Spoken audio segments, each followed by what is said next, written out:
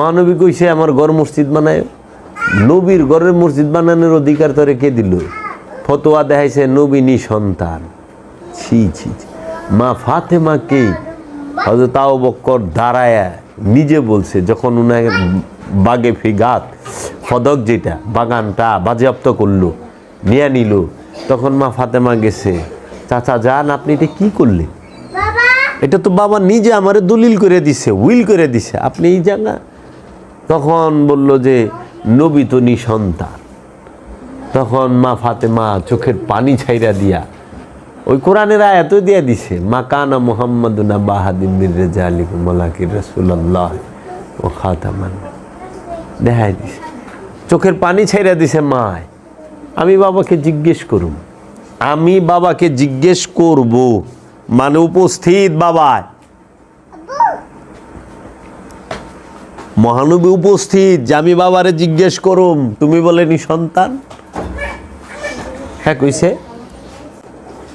বাস নিয়ে নিল, মুখ ঘুরা হেলাইল, আর কোনো দিন চায় নাই ওই বাগান, আর চায় নাই। পরে হযরত উমর ক্ষমতায় সেও বাজেয়াপ্ত করছে, পরে হযরত উসমান ক্ষমতায় এসে সেও বাজেয়াপ্ত করছে। কইরা কি করছে জানো? এই বাগান হযরত উসমানের মেয়ের জামাই মারওয়ান রে যৌতুক হিসাবে উপহার দিছে। তাহলে মহানবীর মেয়ের বাগান উসমানের মেয়ের জামাই মারওয়ান রে দেওয়া, যে খচ্চর এই মারওয়ান আবু জেহেলের পোলা, ওরে দেওয়া জায়েজ হয়ে গেল, আর মহানবীর মাইয়ার কাছে থাকা না জায়েজ হয়ে গেল। নাউযুবিল্লাহ। তখন ওমর মাওলা আলী ক্ষমতায় এসে কিন্তু এটা ধরেও নাই, ছয়ও নাই, লাত্তি মেরে ফালায় দিছে,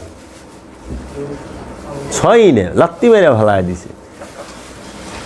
তখন মাওলা আলী, তুমি হেন ভকে হেন একটা টুল দে, একটা চেয়ার এনে দে। হ্যাঁ, মাওলা আলী ক্ষমতায় আইসা ওটা স্পর্শ করে নাই বাবা। তখন বলছে আলে রসুল নিতে জানে না, দিতে জানে। আলে রসুলের জন্য জাকাত হারাম, সদকা হারাম, আলে রসুল নেয় না, দেয়। মা ফাতেমা তখন কি করলো? মাওলা আলী ক্ষমতা আয়াও নিল না, হাসান বাবাও নিল না, হুসাইন বাবাও নেয় নাই। লাস্টে ওমর বিন আব্দুল আজিজ ক্ষমতায় আইসে, এই মানুষটা বাদশাহ ওমর বিন আব্দুল আজিজ, উনি আইসে গালিও বন্ধ করে খুতবার মধ্যে, এবং উনি আইসা এই বাগে ফিগাত ফিরাও উইল করে দেয় আলে রসুলের নামে, যেটা সার অন্যায় হয়েছে, জুলুম হয়েছে তাদের উপরে, এই জিনিসটাকে নিয়ে নেওয়া। তাহলে বাবা আমরা কি করছি আলে রসুলের সাথে?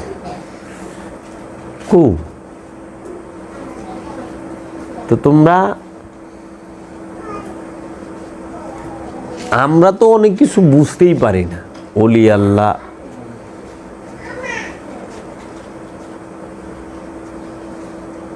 কাজেই মানুষ সবসময় ভোগী, সে ভোগ করতে পছন্দ করে, মানুষ কখনো কষ্ট করতে পছন্দ করে না। মানুষ ভোগী, ত্যাগী নেয়, মানুষ জন্মগতভাবে ভোগী। এর লেগে তো কোরআন কইছে। তা আমি অন্য বিষয়ে আজকে কথা কম, সাধনার বিষয়ে আমি কথা কম। কেন জানি আমার এই জিনিসটা মনে পড়লো, যে আমার খুব কষ্ট লাগছে বাবা, যে মা মেয়েদেরকে এইভাবে দূর করা, তাদেরকে কুরুচিপূর্ণ কথা বলা, তাদেরকে ঘরে বন্দি করা, এটা মুহাম্মদের ধর্ম না, এটা লাইয়ামে জাহেলিয়াতের ধর্ম, আইয়ামে জাহেলিয়াতের ধর্ম। আরবিয়ানরা পোশাক পাল্টাইছে কিন্তু চরিত্র পাল্টায় নাই। আরবিয়ানগো আগে যে মহানবীর আগে তা গো বাপদাদার ধর্ম নষ্ট, এরা কি বাপদাদারই ভুলে গেছে? একটা হিন্দু বয়স হইলে মনে করো হ্যাঁ 40 বছর বয়স হয়েছে পরে হ্যাঁ মুসলমান, হ্যাঁ কি এই 40 বছর যে হিন্দুর রেওয়াজ রীতি সব কিছু ভুলা যায় না? তো মক্কার কাফেরেরা কি সব ভুলা গেছিল? যে নাকি মহানবীর মক্কা বিজয়ের পরে ঈমান আনছে, কারণ মক্কা বিজয়ের সময় মহানবীর 10,000 সাহাবী লয়ে গেছে, আর আমরা পাই গাদিরে ঘুমে 1,29,000, তার মানে আইলো কত? 1,19,000। গাদিরে ঘুমের পরে মহানবী বাসে থাকে কয়দিন পৃথিবীতে? অল্প কয়দিন। তো এই কয়দিনের সহবত কি পাইছে? পরে তো আবার আগের মতোই হয়েছে। এর লেগে এত কাটাকাটি মারামারি। যে নাকি কল্যাণী বাড়াইছে হে আর কত বড় মুমিন হইবে? তুমি তো কল্লা কাঠ বাড়াইছো আমার, আয়া আমার কাছে আমার কিছু কেরামত দেখলা, তখন তুমি আমারে বিশ্বাস করলা, মুড়ি দিলা, তুমি আর কত বড় মুমিন হইবে? কল্লা কাঠ বাড়াইছো তো, সবাই তো মার বাড়াইয়া মুড়ি দিছে। এর লেগে আমি যে বাবা জাহাঙ্গীরের দরবারে কই, তোরা শুনছস না আমার যে আমি কইলে বাবা জাহাঙ্গীরের বাড়িতে ক্যান্সারের চিকিৎসা করাই বেড়ায় মুড়ি দিই নেই। আমার বোনের বিয়ে হয় না, বাবা একটু তদবির করে দেন, বাবা তদবির গেছে বিয়ে হয়েছে, আমি মুড়ি দিয়ে যাই পিসাবের কাছে ভালো থাকুন, এই মুড়ি দামি নেই, আমি বউ হই না, আমার বিয়ে হয় না, এর লেগে গেছে যে পিসাবের এনে একটু ভালো না, আমার পোলা হয় না, হ্যার কাছে পোলা হয়েছে, এর লেগে মুড়ি দিছে। আমি কি লেগে নালে মুড়ি দিই নেই, আমার ফ্যামিলি এটির লেগে মুড়ি দেয় নাই। আমি যদি মুরিদ হয়ে থাকি বাবা জাহাঙ্গীরকে ভালোবাসা মুরিদ হয়েছি, বাবা জাহাঙ্গীরের কাছে সত্য পাওয়ার জন্য মুরিদ হয়েছি। আমি তোকে খারাপ কই নাই, তোরা এটা ভাবিস না যে খারাপ কইছি, কিন্তু আমি যে বাবা জাহাঙ্গীরের কাছে আসছি কোনো উদ্দেশ্য নিয়ে আসি নাই, শুধু একটা জিনিস আসছি যে বাবা জাহাঙ্গীর ওলিয়ে কামেল, তার কাছে আমি সত্য পাবো, সেইটা মাইনা আসছি। তোরা তো হেই গুরু ডাক্তারি হিক বেড়াইছস, মুড়ি দিয়ে গেছস, ঘরে ঢুকছস, ডাক্তারি হিগে বাইরে গেছস, বাস। পীরগিরিও করা ফরজ, ডাক্তারিও করা ফরজ, 1 into কি একের ভিতরে 2 না, 2 in 1। হোমিও ডাক্তার আবার পিসাব, দুই দিকেই চলে, ভিজিটও লেয়, গুরু দক্ষিণাও লয়। আশ্চর্যের ব্যাপার। তাহলে আমার রাস্তা রাখবো এরা এইটি না? তো মহানবীর কাছে মাওলা আলী কেরামত দেখা ঈমান আনে নাই।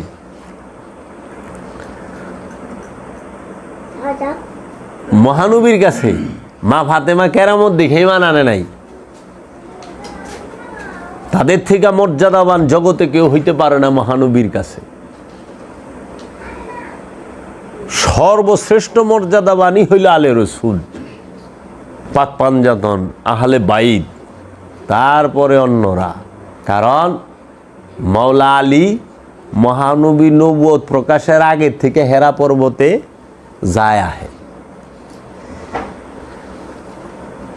মহানবী মাওলা আলী মহানবী নবুয়ত প্রকাশের আগে থেকেই মহানবীর কুলে উঠে। মহানবী জীবনে কয়জন রে কুলে লইছে? মাত্র 4 জন রে, মাত্র 4 জন। মাওলা আলী, মা ফাতেমা, মাওলা হাসান, মাওলা হুসাইন, আর মা ফাতেমার মেয়েদের।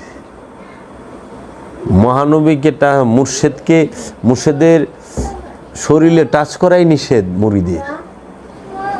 প্রেমিকের হিসাব আলাদা, প্রেমের বিষয়টা আলাদা না। আমি যাবের জীবনে কোনোদিন বাবা জাহাঙ্গীরের চেহারায় স্পর্শ করতে, মানে এমনি কাজের বেলা অনেক সময় তেল দেওয়ার সময় বাবার মুখে আমি করছি, তেল দিছি, ওইটা তো কর্ম, নিষেধ, বাবা সরাসরি নিষেধ। আমার সবচেয়ে বড় একটা স্বপ্ন ছিল আমার পীরের এইখানে আমি একটা চুমা দেব জীবনে কোনো একদিন, কিন্তু সেটা আমার সরাসরি হয় নাই, অন্যটাই হয়েছে, কিন্তু সশরীরে হয়, কারণ ওই বাবাই নিষেধ। তাহলে সেই নবীর কুলে মা ফাতেমা, মাওলা আলী, মাওলা হাসান, মাওলা হুসাইন সবাই উঠছে। আর এরা তোমাকে থেকে মহানবী যেই পাথর একবার ধরছে সেই পাথর চুবে দিলে তুমি স্বর্গে যাইবে গা। আর মহানবীর বুকে যে নাকি বয়ে আসিল, হুয়ে আসিল অসংখ্যবার, তারে কল্লা কাইটা তোমরা ইসলাম কায়েম করো। হাজরে আসওয়াতে মাকামে ইব্রাহিম নবী একবার দাঁড়াইছে, পায়ের চিহ্ন পড়ছে, কিন্তু মাওলা আলী তো মহানবীর বুকে, পিঠে, মাথায় সবখানে শুইছে, বিছানায় কাঁধে উঠছে মূর্তি ভাঙার জন্য, বিছানায় শুইছে আমানত ফেরত দেবার জন্য, বাসপানে ছোটকালে বড় হওয়ার জন্য বুকে উঠছে, কুলে উঠছে। মহানবীকে মাওলা আলীর মায় খাওয়ায় দাওয়ায় বড় করছে, মহানবীকে মাওলা আলীর বাপে খাওয়ায় দাওয়ায় গোসল করায় কাপড় পরায় বড় করছে। কারণ মহানবীর মা বাবা দুইজনই ইন্তেকাল করছে, তাহলে এই বাচ্চাটাকে ভরণ পোষণ কে করছে? মায়ের মতো পালন করছে কি? এই মাওলা আলীর মা ফাতেমা বিনতে আসাদ। তার যদি ঈমান না থাকতো তাইলে সে কি তারে করতো? তারা তো জানে এ নবী। আর সর্বশ্রেষ্ঠ মুজিজা যদি দেখা থাকে নবীর গুণ, এটা হলো মাওলা আলীর মায়, মাওলা আলীর বাবায়, মাওলা আলীর বাবা থেকে মাওলা আলীর মার কাছে বাবাই বেশি থাকছে মহানবী। আরে বাহ, একবার চিন্তা করো না, আসমান থেকে টাপাক কইরা পড়ছে 40 বছরে। কত বছর তুরিয়া ছিল? 17 বছর পর্যন্ত মায় পালছে। 17 বছর মানে যুবক হওয়া পর্যন্ত মাওলা আলীর বাবা এবং মা মহানবীরে পালছে। তাহলে মা হিসাবটা 17 বছর, একটা সন্তানরে তো মা বাবারা 17 বছরই পালে, 18 বছর 20 বছর পালে, তারপরে তো ওর চাকরি বাকরি যে কোনো একটা কর্ম করে। তাহলে বিষয়টা তো বুঝতে হবে, তোমরা কি চিন্তা করতেছ? কি নামাজ পড়ো? কার পিছে নামাজ পড়ো? আর মেয়ে নামাজ তো ইমানদার হইলে পড়বা মুমিনের পিছে। আর এটা তো খারাপ ইমান। তোমার তো ইমান আছে, মোল্লা তো খারাপ ইমান। ও তো মাওলা আলী মা ফাতেমাই বিশ্বাস করে না, মহানবী বিশ্বাস করে না, তোর পিছে তুমি কি নামাজ পড়ো? মিয়া নামাজ পড়বার কইছে ইমানদার রে, আর পড়বার কইছে মুমিনের পিছে। মানে তুমি ইমানদার হইছ, নামাজ পড়বার লইছ কাফেরের পিছে, যে নাকি মহানবীরে অস্বীকার করে, মাওলা আলীরে অস্বীকার করে। মোল্লা দেখলা না তোমাকে, মোল্লা জুমার নামাজ পড়ে আইছ, বুঝো আলা কি নামাজ হান হইছে? কয় নবী হাজির নাজির না, আপনি সালাম দিলেন কে? আমি তাহলে তোমাকে বড় মোল্লা উঠলে দিয়ে তুমি খারাই যাও। কয় হ্যাঁ তো উপস্থিত, নবী তো উপস্থিত না। আমি বললাম ও, তাহলে তুমি যে সেজদা দেও, আল্লাহ কি উপস্থিত থাকে? আল্লাহ আকার আছে, দেখা যায় না? হ্যাঁ হাজির নাজির না। তুমি যদি কও হ থাকে, আমি তো দেখি না, আটকে গেছে। মা আমাকে জন্ম দিছে, বাবা আমাকে জন্ম দিছে, আমাকে লালন পালন করছে, কিন্তু মা বাবা কখনো হেদায়েত করতে পারে না। মা বাবা জন্ম দিতে পারে, মা বাবা শিক্ষিত বানাইতে পারে পয়সা খরচ করে, তারপরও মাস্টার লাগে শিক্ষিত হইতে। স্কুল লাগে না? স্কুল মাস্টার ছাড়া হইব শিক্ষিত? তো হেদায়েত করবার গেলে তো পীর লাগবো। কারণ মা বাবার নিজে কয় কি, মায় হইলো বড় পীর। মায় যদি বড় পীর হয়, তা আমার মায়ের নফসের পরিচয় করাই দোক আমারে। পৃথিবীর মধ্যে সবচেয়ে বড় শিক্ষক যদি মা হয়, তো মোল্লার কাছে যাম না? মায় ওয়াজ করবো, আমি ওয়াজ শুনুম, মায় নামাজ পড়াবো, তার পিছনে নামাজ পড়ুম, উস করে কথা করি। ওই যে কিনা হলো পীরের ঠেকানের বুদ্ধি। সে পীরের কাছে যায়, মা বাপ থাকতে আবার কি এর পীর? কিন্তু ও যে পীর হয়ে বয়ে রয়েছে মোল্লায়, কোনো পিসাব লাগবো না। আচ্ছা, আল্লাহকে সরাসরি ডাকবেন, আল্লাহকে সরাসরি ডাকলে আল্লাহ শুনে, কয় না? কোনো পীরের দরকার নেই, এগুলো সব ভণ্ডামি। কোনো আল্লাহকে সরাসরি ডাকবেন। আল্লাহরে যদি সরাসরি ডাকলে, তাহলে মোল্লা সামনে খাড়াই লোক আবার